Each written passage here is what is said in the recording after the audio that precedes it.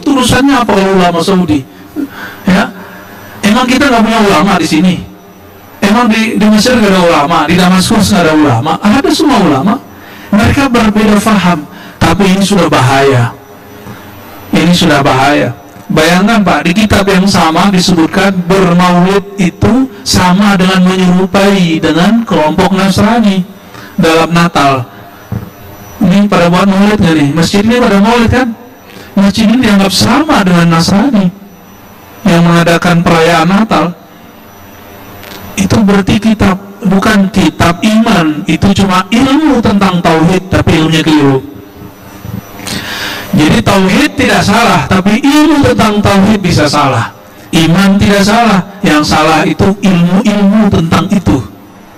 Ya, maka benarlah imam kita terlalu mengatakan fanzuru amman ta'khuduna dinakum. Perhatikan kamu sedang belajar kepada siapa. Ya, siapa gurumu, supaya nggak salah nanti mengkafir-kafirkan orang.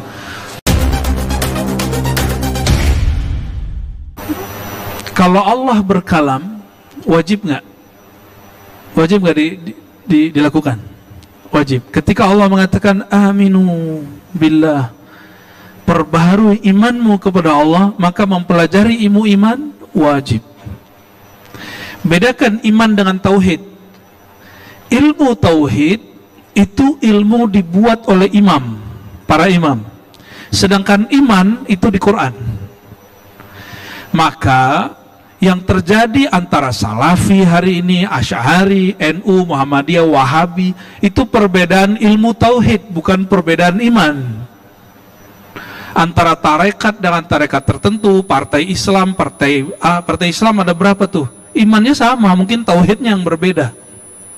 Cara mereka bertauhid yang berbeda. Contoh, di masa Rasulullah apakah ada pembagian tauhid menjadi 2, 3, 4? Ada nggak? Tauhid uluhiyah, rububiyah? Nggak ada. Ada nggak?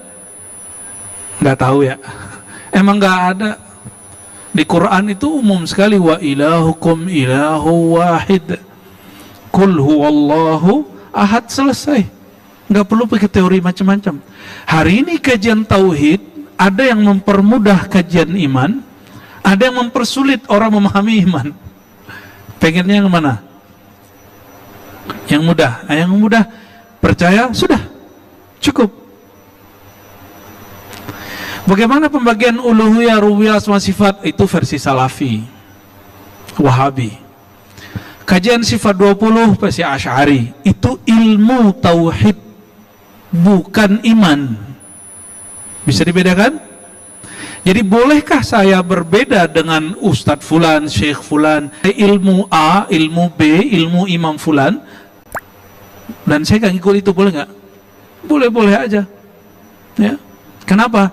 Karena ilmu itu bukan ilmu dari Allah, itu ilmu ijtihad, hasil jeripayah seorang imam atau beberapa imam atau sekelompok umat Islam. Jika berbeda dengan kelompok itu, bukan berbeda dengan Allah dan Rasulullah. Karena hari ini orang ngotot, inilah kajian ilmu Allah, ilmu Rasulullah, inilah kata Allah, kata Rasulullah. Jadi kalau kita beda sama dia, beda sama Allah dan Rasul, itu namanya memperkosa Tuhan. Ya, Allah nggak ridho digituin. Ya, suka-suka mengambil nama Allah untuk kepentingan kelompoknya, dan kita tidak meridho itu. Ya. Lalu beliau membacakan hadis, ya, menuliskan hadis yang diriwayatkan oleh Imam Bukhari dan Muslim. Umirtu an uqatilan nas hatta yaqulu la ilaha illallah. Aku diperintahkan berperang di masa Rasulullah karena itu musim perang, sampai mereka berkata la ilaha illallah.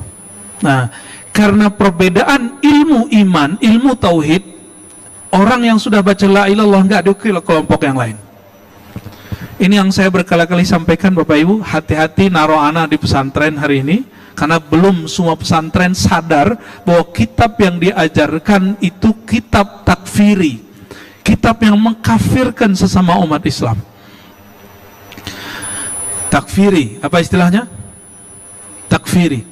Jadi ada satu kitab yang ditulis oleh Syekh Saleh Fauzan, dijadikan kitab akidah di salah satu pesantren.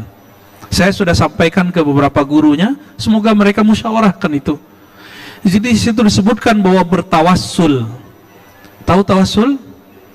Lalu tabarruk, ngambil berkah, ada rambut Nabi kita celup, kita minum, atau tabarruk dengan orang soleh. Apa kata dia? Itu asyirk al-akbar, syirik besar. Saya urut-urut kenapa ya di Mesir masjid Jumatan dibom. Ternyata masalahnya itu. Belum lama ini di Pakistan. Bapak Ibu tahu di Pakistan ada bekas Taliban, tukang cukur 5 orang dibunuh. Karena tukang cukur itu motongin jenggot, Pak. Tukang cukurnya dibunuh. Gimana antum yang gak berjenggot tuh? Hah? Bisa pulang-pulang mati tuh. Yang selamat paling 1, 2, 3 atau berapa tuh yang punya jenggot. Ya, Pak dokter gak selamat ini. Tuh gak selamat tuh dari situ. Punya jenggot, Pak? Oh ada. Apa urusannya jenggot dengan masalah iman? Hadis yang menyebutkan khaliful yahud bil lihya, berbedalah khaliful musyrikin bil lihya, berbedalah terhadap orang musyrik dengan jenggot. Itu hadis. Atau khalifu ahlul kitab, ada beberapa redaksi, berbeda ahli kitab dengan jenggot. Hadis itu nggak masuk bab iman. Coba lihat Imam Bukhari, nggak masukin ke bab iman. Imam Bukhari memasukkannya ke dalam bab az-zina wal libas, performan, gaya. Az-zina itu artinya gaya, model. Wal libas, pakaian. Lo harinya masuk loh, Pak. Itu Pakistan tuh, ya. Masya Allah. Jadi karena berbeda faham tentang ilmu tauhid, maka saya menyarankan jangan terlalu mensucikan ilmu para ulama. Ulama itu bukan nabi. Kita takzim ke ulama, maka saya mengajarkan ilmu mesti bersanad, bersilsilah. Tapi kita cek, jika ada yang keliru dari tokoh-tokoh ini, mesti kita kembalikan kepada asalnya. Oh ini Syekh Shalih Fauzan loh, ulama di Saudi loh. Itu urusannya apa kalau ulama Saudi? Ya, emang kita nggak punya ulama di sini? Emang di Mesir nggak ada ulama, di Damaskus nggak ada ulama? Ada semua ulama. Mereka berbeda faham, tapi ini sudah bahaya. Ini sudah bahaya. Bayangkan Pak, di kitab yang sama disebutkan bermaulid itu sama dengan menyerupai dengan kelompok Nasrani dalam Natal. Ini pada buat maulid nggak nih? Masjid ini pada maulid kan? Masjid ini dianggap sama dengan Nasrani yang mengadakan perayaan Natal. Itu berarti kitab, bukan kitab iman, itu cuma ilmu tentang tauhid, tapi ilmunya keliru. Jadi tauhid tidak salah, tapi ilmu tentang tauhid bisa salah. Iman tidak salah, yang salah itu ilmu-ilmu tentang itu. Ya, maka benarlah imam kita terlalu mengatakan fanzuru amman ta'khuduna dinakum. Perhatikan kamu sedang belajar kepada siapa. Ya, siapa gurumu, supaya nggak salah nanti mengkafir-kafirkan orang. Jadi kalau Shalih Fauzan itu mengatakan ente baca la ilaha illallah tapi bikin maulid, ente baca Allah tapi tawassul, itu tidak sah la ilaha illallahnya. Tega kan dia? Itu bahaya itu. Masjid ini bisa jadi ancaman nanti. Ya. Cuma karena beda isu politik, beda pilihan, nanti bisa beda iman loh Pak, kalau versi mereka. Ya. Padahal di zaman Rasulullah SAW tidak ada demokrasi, dia tidak ada juga monarki. Rasulullah itu tidak mengajarkan demokrasi dan monarki, maka itu boleh-boleh dua-duanya. Ya, dua-duanya boleh. Ya, nanti jangan paksa-paksa ustadz loh Pak. Ustadz, tolonglah, kasih tahulah Ustadz milih siapa, biar kami tahu milih siapa. Nah, itu namanya jamaah jadi setan tuh, tukang goda. Ulama itu milik umat. Umat itu ada yang pro dengan nomor 1, nomor 2, nomor 3. Jangan kemudian goda-godain ustadz. Ya, kadang ustadznya tergoda juga tuh. Ya. Tapi nggak apa-apa ya kalau ada yang ustadz yang memilih. Ya, dan mendeklarasikan pilihannya, terserah dia ya. Ini kan banyak nih, pusat-pusatnya di sini semua nih Pak ya. Pas kita lewat tadi senyum-senyum aja, kita ngeliat mereka senyum sendiri gitu bannernya. Faman qala la ilaha illallah faqad asama minni nafsahu wa ma lahu illa bihaqqihi wa hisabuhu 'ala Allah taala. Siapa yang baca la ilaha illallah, maka dirinya, darahnya terjaga. Maka yang merusak, mengganggu orang yang baca la ilaha illallah ini menentang Rasulullah sallallahu alaihi wasallam ya. Ini musim perang. Kalau musim damai, Nabi SAW mengatakan hal yang lain. Man qatala mu'ahadan lam yashum ra'ihatal jannah, hadis Bukhari. Siapa yang membunuh non muslim tapi dia di dalam negeri yang dijaga, mu'ahad dalam perjanjian, bisa negara damai, bisa negara kita ini disebut mu'ahad, maka non muslim tidak boleh diganggu, tidak boleh diganggu sama sekali. Siapa yang mengganggu mereka, lam yashum ra'ihatal jannah, tidak mencium bau surga. Ganggu non muslim gak cium bau surga, gimana ganggu sesama muslim ya? Betapa jauhnya dia. Itu orang-orang yang ngebom dirinya dan mengebom di pusat-pusat orang-orang yang ada orang Islam di situ. Saya bersumpah dengan nama Allah, Anda tidak akan mencium bau surga selama-lamanya ya, sampai dia tobat ya. Harus tobat, kalau nggak tobat nggak akan bisa. Karena non muslim pun diganggu nggak cium bau surga, dan bau surga dicium 500 tahun perjalanan. Jadi dari padang mahsyar, mauqif namanya, ke surga itu ribuan tahun. Kalau orang sudah mendekati 500 tahun perjalanan, baru kecium bau surga, baru hilang lelah dia di mahsyar. Dan orang ini nggak akan mencium, apalagi mengganggu sesama muslim, membunuh sesama muslim ya. Illa bihaqqihi wa hisabu 'ala Allah.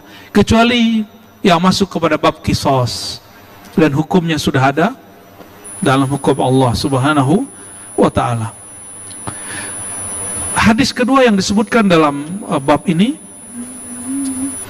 hadis Utsman bin Affan radhiyallahu ta'ala anhu fi sahih Muslim, dalam hadis Muslim. Man mata wa huwa ya'lam. Siapa yang mati dan dia punya ilmu, wa huwa ya'lam. Ya, ini kabar gembira bagi, mungkin ada di antara Bapak Ibu saudara sekalian punya orang tua atau saudara meninggal tapi dia nggak baca apa-apa. Ada yang mengalami itu? Saudaranya, orang tuanya, kakeknya, neneknya meninggal tapi dia nggak baca apa-apa. Apakah dia husnul khotimah? Jadi ada seorang jemaah datang kepada saya dan dia mengeluhkan itu dan menangis. Dia lihat orang tuanya meninggal, nggak baca la ilaha illallah. Saya bacakanlah hadis ini. Man mata wa huwa ya'lam. Siapa yang meninggal dan dia tahu ilmu tentang la ilaha illallah, dia pernah belajar ilmu tentang la ilaha illallah, dakhalal jannah, pasti masuk surga. Mudah tuh masuk surga? Nggak seperti yang diceritakan banyak orang, masuk surga itu sulit. Gampang masuk surga? Gampang tuh? Coba baca la ilaha, apa maknanya? Tiada yang aku sembah kecuali Allah, udah masuk surga sudah. Maka siapapun yang baca begitu pasti masuk surga. Kalau orang baca begitu pasti dia belajar cara menyembah Allah. Meninggal dalam belajar, walaupun dia belum sholat dia sudah disebut mukmin. Masih ingat orang yang bunuh 100 orang dan yang 100-nya itu ulama? Dia belum sholat, belum zakat, belum haji, belum sedekah, baru ingin tobat tapi sudah baca la ilaha illallah. Dia meninggal di tengah jalan dan masuk surga. Masih ingat perempuan pelacur PSK ya, dia tahu Allah la ilaha illallah, Allah bismillahirrahmanirrahim, tahu dosanya banyak, cuma karena ngasih anjing masuk surga, Allah ampuni dia. Mudah sekali. Kenapa orang persulit? Allah memudahkan agama ini, kenapa ada orang mempersulit agama ini? Yuridullah bikumul yusra wa la yuridu bikum, itu mengajarkan ilmu la ilaha illallah. Dan ilmu la ilaha illallah itu yang dikatakan Imam Ghazali, itulah ilmu tauhid yang diajarkan oleh ulama ahlus sunnah yang mereka sampai kepada kolbunya. Inilah yang saya kembangkan selama ini, dan ahli kolbu sekarang disebut sufi, ahli tasawuf.